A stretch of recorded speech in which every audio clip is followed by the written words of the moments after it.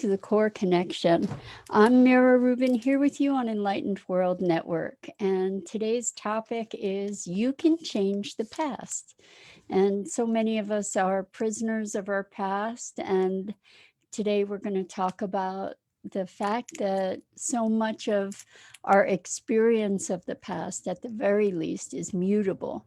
But before we jump in, let's take a minute or two to get present. And so let's take a deep breath in through your nose and hold it. And imagine clean, crisp oxygen just flooding your lungs and flowing into your bloodstream, nourishing and enlivening every cell, every organ. And as you exhale, exhale any tension, any stress, any fatigue, toxicity, and take another deep breath in through your nose and hold it. This time, imagine sparkling, brilliant, bright light flowing into you, illuminating, enlightening, and invigorating and energizing every molecule, every electron, and connecting you with the world beyond. And as you exhale, exhale any remaining fatigue, toxicity, negativity. And now let's just gently press our palms together and very softly, softly rub your fingers against your palms to feel that delicious sensation. Allow yourself to put your focus on your fingertips and feel how delicious that sensation is to bring you present right here, right now, into your physical form. Welcome, welcome, welcome. Good morning, Robert. So good to have you here. And today, welcome to everybody who's joining us today. Today, we get to talk about how we can change the past. Because really, good morning, Irma and Roslyn. Welcome, welcome. Great to have you guys here. So we're talking about how we can change the past. And in order to understand how we can change the past, we get to look at what is the past. What is the past? So the past is our experience of the stories we tell ourselves. Good morning, Rohit. Welcome. I haven't seen you here, your name here before. Wonderful to have you joining us. So the past is the stories that we tell, the memories we have, the emotional associations that we have. Good morning, Elaine. Welcome. Great to have you with us. And when we think about the past, we are triggering a collection of memories and emotions and like a chemical set in our body that's associated with all those emotions. For those of you who are new here, this is Maggie. And obviously she's the star of the show here. So when we think of the past, we tell stories to ourselves over and over and over and over. And in many cases, good morning, Suzanne. It's wonderful to have you here. In many cases, the stories that we tell ourselves about the past are stories filled with pain and sorrow and suffering. And we can change the past by changing our interpretation of our experience. So for instance, if we have an experience as a child, as a young child that has a very limited understanding of all the interactions that are happening around us, and maybe we experience two people hollering at each other and it registers as a deep trauma, then when we look back, or if we have the ability to reflect upon it as adults, for instance, we can perhaps with more information, have a different perspective. And with that different perspective, we can understand, oh, this was not life-threatening. This was an altercation that happened over something. Good morning, Andrea. Welcome. Good to have you here. So the interpretation from the perspective of an adult on an event is going to be very different than the perspective of a child when people are so much bigger. Good morning, Tammy. Great to have you here. So one of the ways that we can change the past is having different information, having different perspective. Good morning, Dennis. Welcome. Great to have you here. So we're talking about changing the past. And really, what is the past as it resides in us? It is a store of stories, conversation, experience, emotion, interpretation. And so by shifting our interpretation, like sometimes, how about with kids and kids who are children of divorce? Oftentimes kids believe that they could have stopped it. It was their fault somehow, right? And by shifting the understanding of that, shifting the perspective on the dynamics, there's a place whereby changing our experience of the past changes our ideas of who we are, which changes who we become, because all of our lives are guided by the stories we tell ourselves and the stories that other people tell us that we receive or accept and integrate as part of ourselves.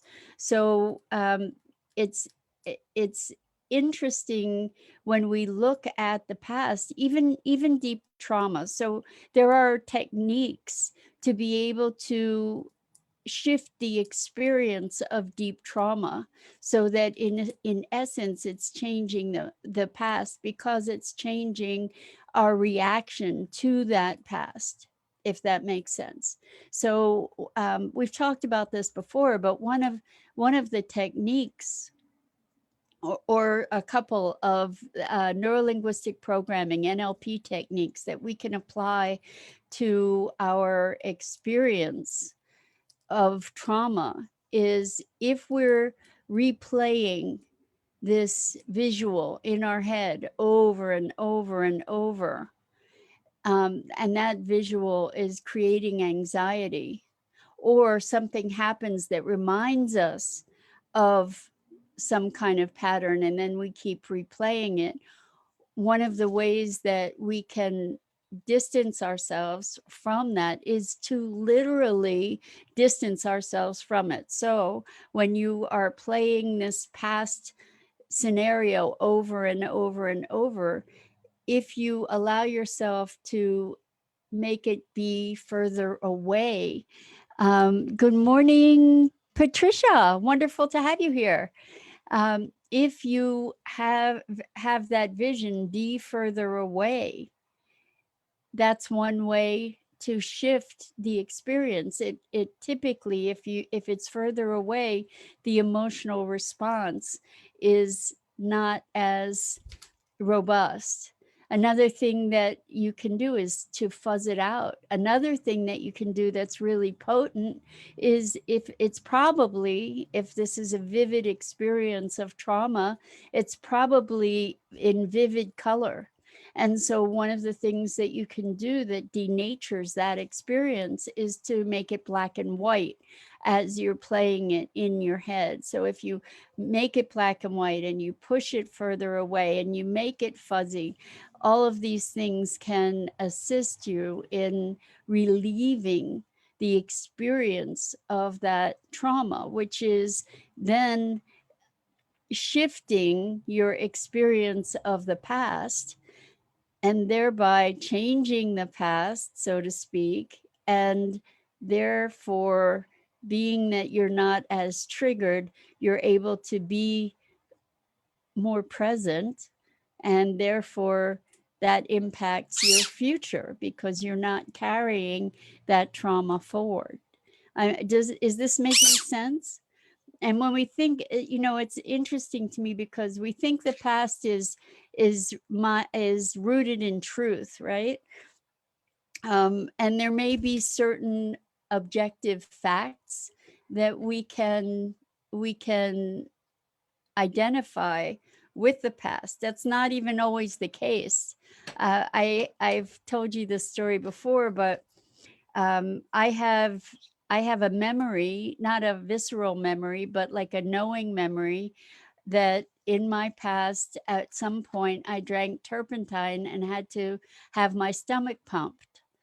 Now, I don't know where that idea came from. I don't know if it's a true memory. However, I believed that I knew it from being told by my parents. Now, years and years later, not that many years ago, I asked both my parents about that event, and neither of them had any recollection of it whatsoever. So I I don't have a way to document the truth of it. I don't know if I was taken to the hospital. If so, I don't know what hospital. I don't know when this occurred, if it occurred.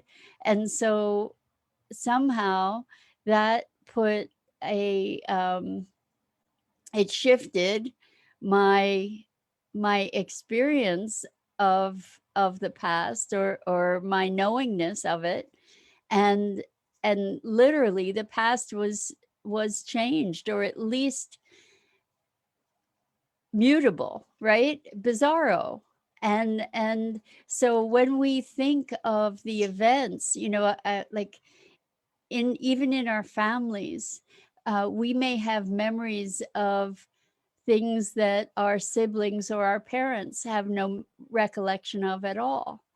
And so as we allow ourselves to look at what we're interpreting as trauma, certainly there are traumatic events. I'm not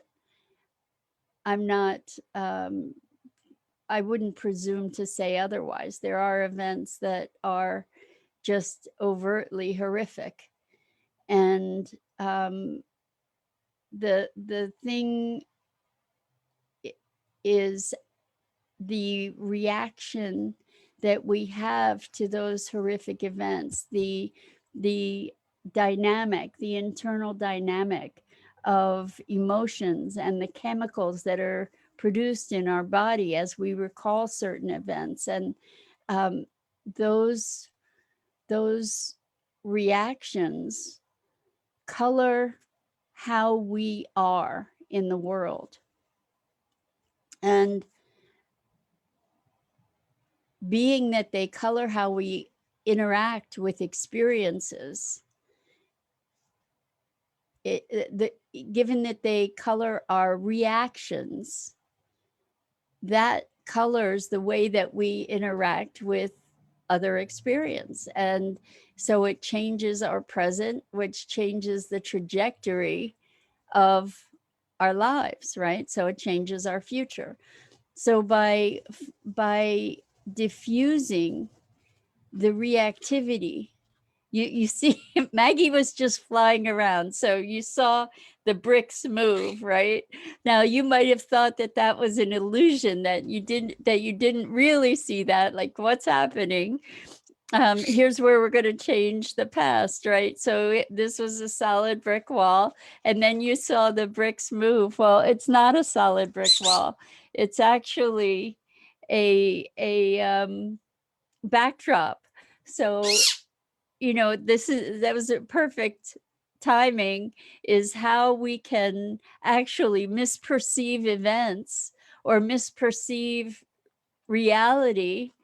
And based on that perception, we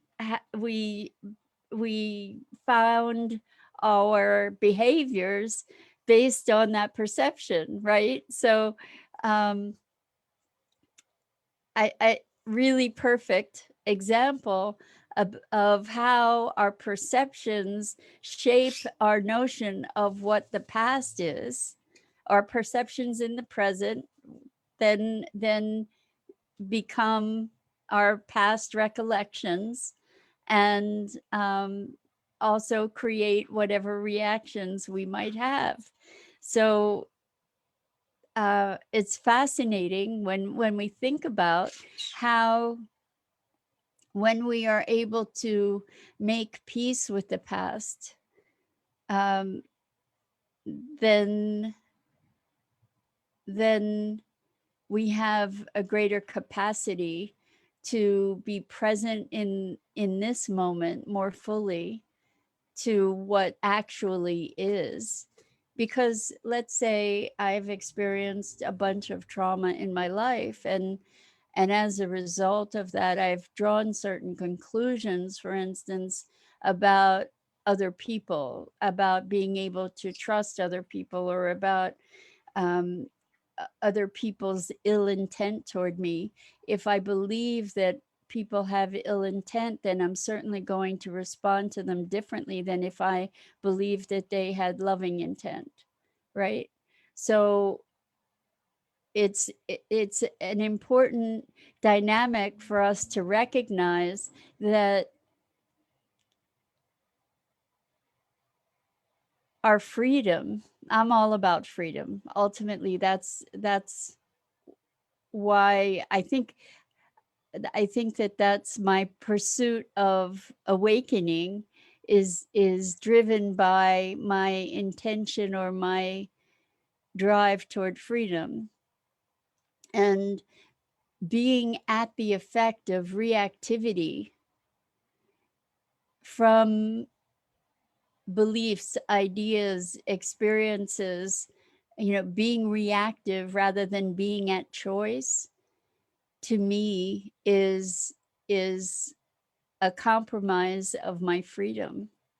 And so whatever the trauma we have experienced, and no doubt we've all experienced trauma to one degree or another, being at the effect of that trauma is holding us prisoner, is keeping us prisoner to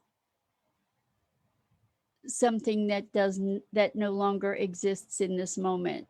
The past exists insofar as we carry it with us.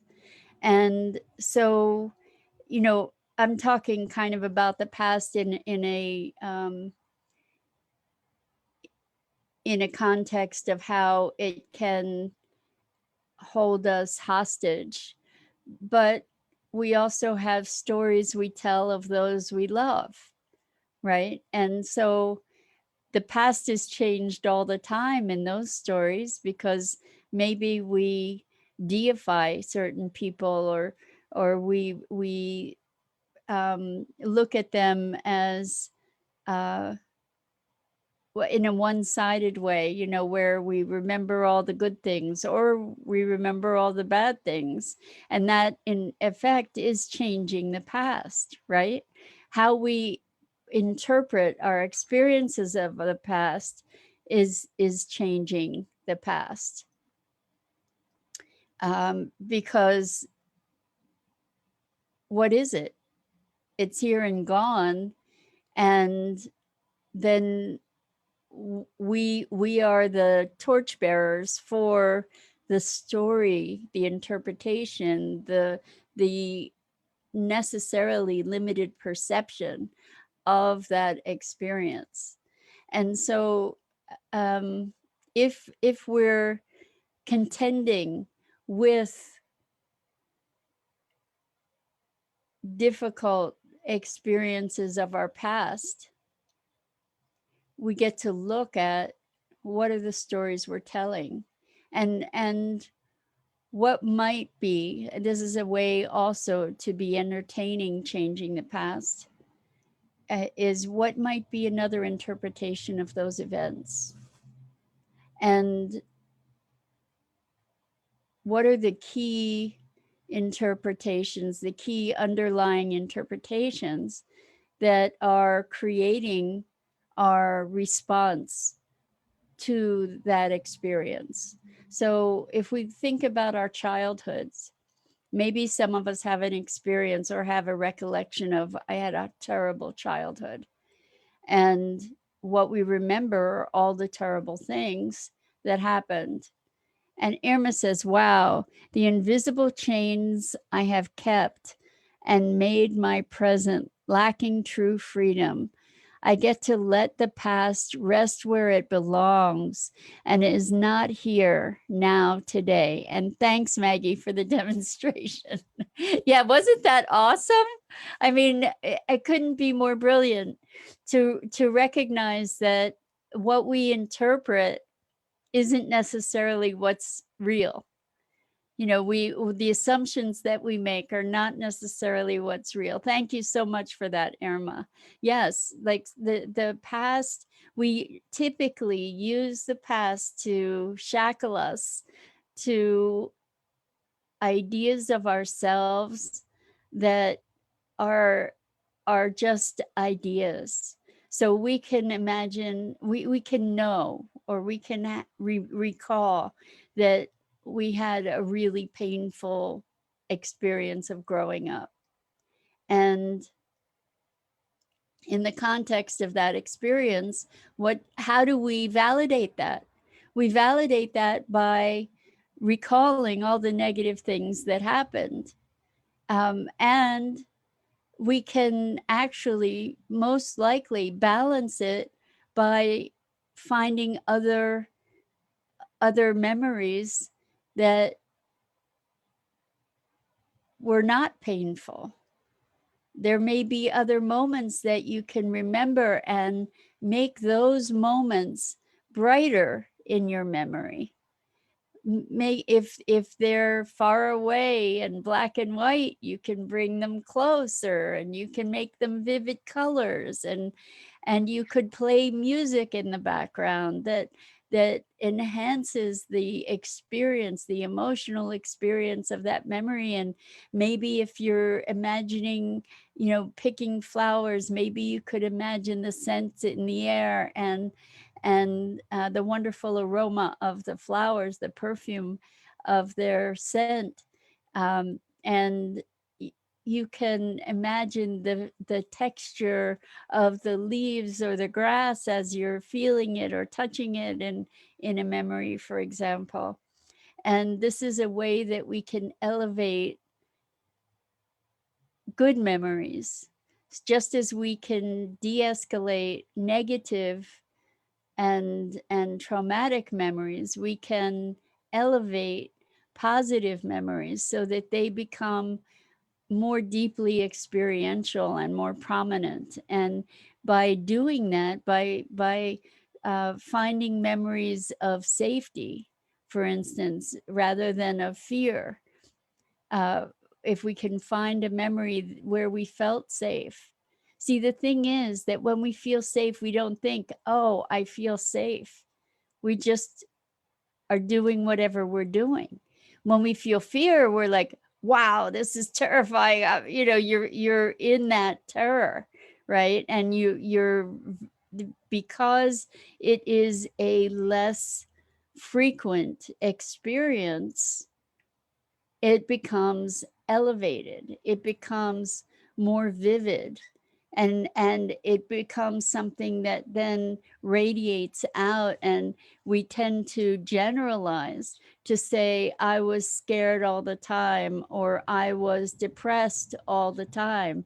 We've talked about how really nothing is persistent all the time in terms of emotion, right? There is no emotion that you can maintain all the time.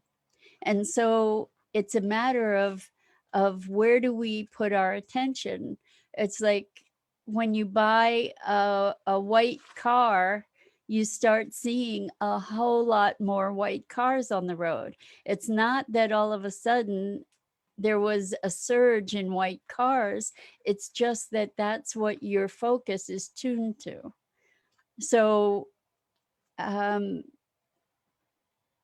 we do that with our lives.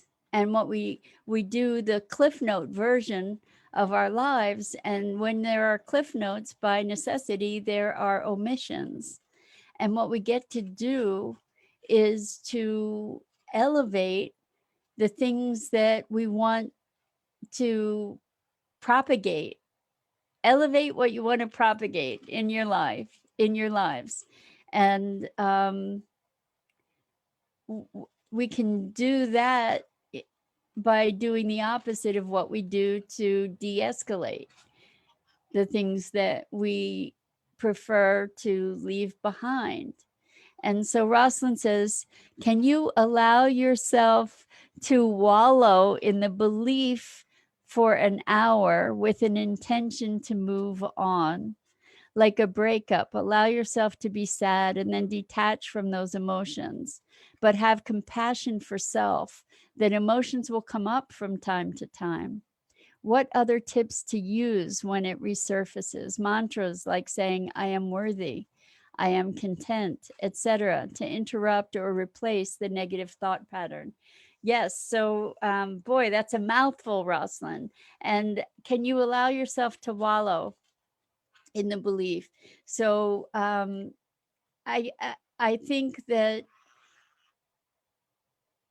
you're talking about wallowing in the belief and allowing yourself to be sad. I think they're two different things. So wallowing in the belief might be, nobody's ever going to love me, I'm not lovable, I'm a terrible person, what did I do wrong? If only I had been more this or more that, or better in this way or that way or whatever. That's kind of wallowing in the beliefs of negativity that are probably long standing, that we can start to disentangle ourselves from those kinds of beliefs. Now, feeling sad, emotion is energy. Emotion is energy. And when you're feeling sad, we can generate emotion through the stories that we tell ourselves. Okay, so I can tell myself that I'm a terrible person, and I can start feeling guilt and shame, and I can generate an emotion that way. There are other times when emotions arise, and they arise without necessarily a conscious story. Like sometimes I feel sad, and I don't even have to know why I feel sad. There may be a triggering reason, but the thing is that when I feel sad, rather than blocking it or trying to talk myself out of it, I allow myself to feel the feeling. And why do I do that? Because once you allow yourself to feel it, if you allow yourself to experience it without resistance, that feeling will pass. We just said there's no emotion that can persist all the time. And this is truly the case with emotions, where what you resist persists. So the more you resist the sadness, the more it's going to be there, the more you embed it, because you're trying not to have it. You're trying not to experience it. And as you're trying not to experience it, you're affirming it. And you're not experiencing it, so it's staying there, right? You're kind of embedding it. When you allow yourself to feel the feeling as you feel it, you cry, and then you stop crying. At some point, you stop crying, and you're not feeling that same degree of sadness in that moment, right? So there's a respite.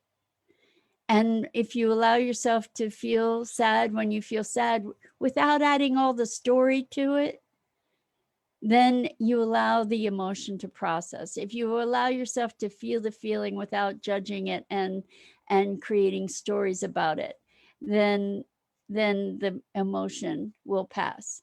And that's very different from wallowing in the ideas around, how terrible I am. It's all my fault, on and on and on. The guilt and blame and shame, because those are the interpretations of an experience that we lodge and record as the past, and believe then that it's truth, and forget that in fact it's really story. So Rosalind says, I guess the exercise is to claim a label, but notice how untrue it is. That's awesome. And one of the ways to notice how untrue it is to say, okay, I'm a terrible person. And then say, okay, well, is that always true? Like, we all have moments where we're terrible. We all have moments where we're terrible. It just is part of being a human being. We all have moments when we're not being our ideal of what it is to be a human being. But because I am terrible, I behave terribly in a given moment, it doesn't mean that I am terrible. Okay? So that is not the totality of who I am. It's not the totality of who you are.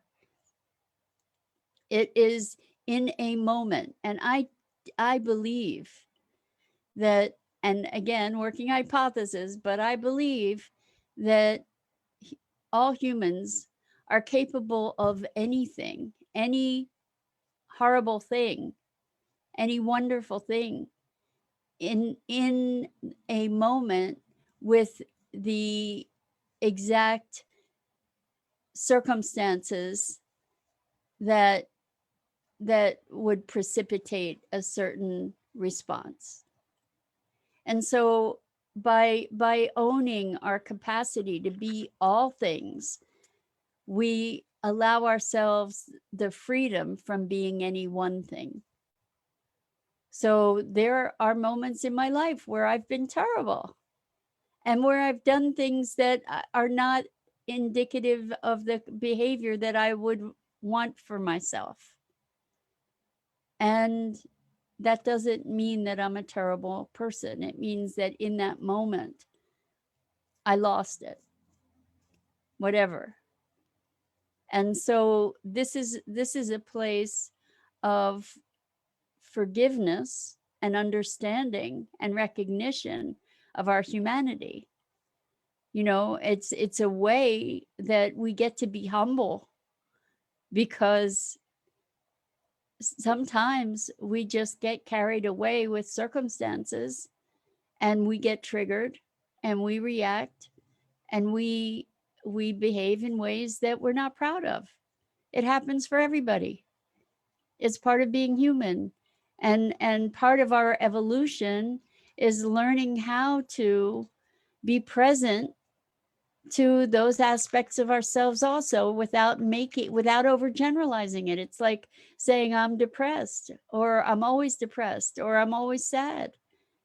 Always isn't true. So it's important to be circumspect. No human is perfect, at least not in my experience. Perfection is a concept. It's another way that we shackle ourselves, right? That we enslave ourselves, is in this quest for perfection. We brutalize ourselves when we're not meeting this impossible standard. And so we get to be human beings. And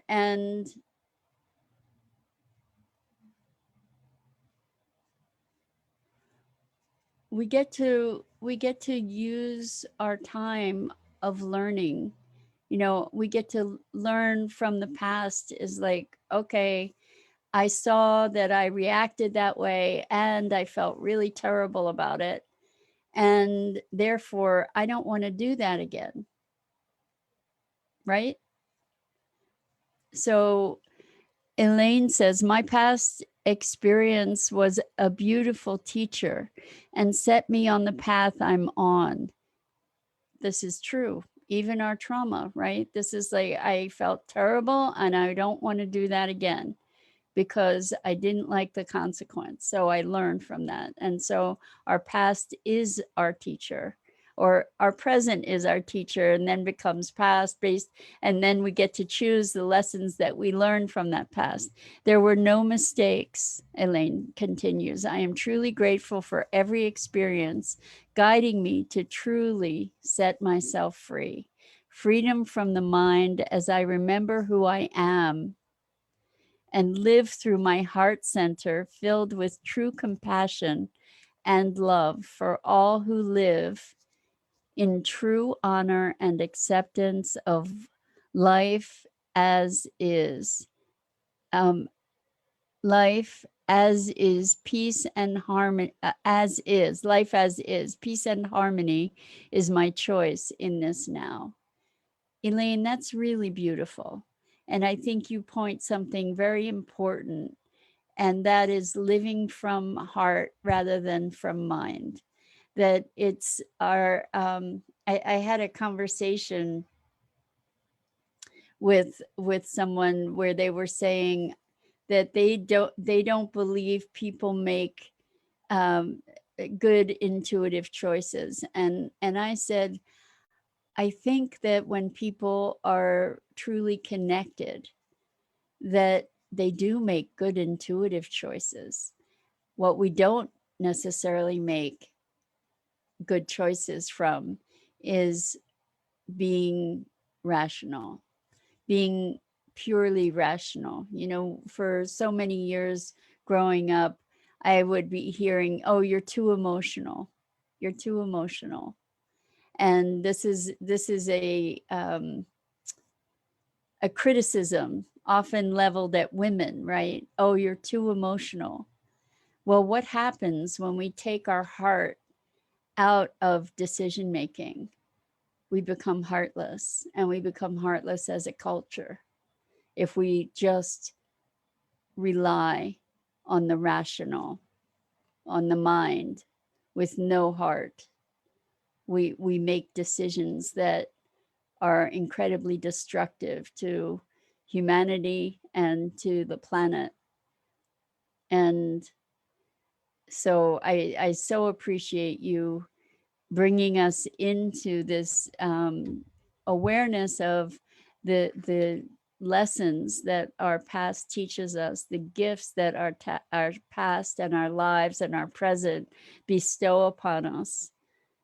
And Rosalind says, have you ever gone back to read old journal entries? It surprises me what struggles I had, and notice how some issues seem trivial and how some resurface.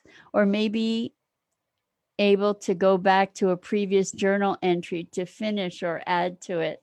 You know, for years and years, I would read my journal entries and see the same thing over and over and over again and think, oh my gosh, is it ever going to change?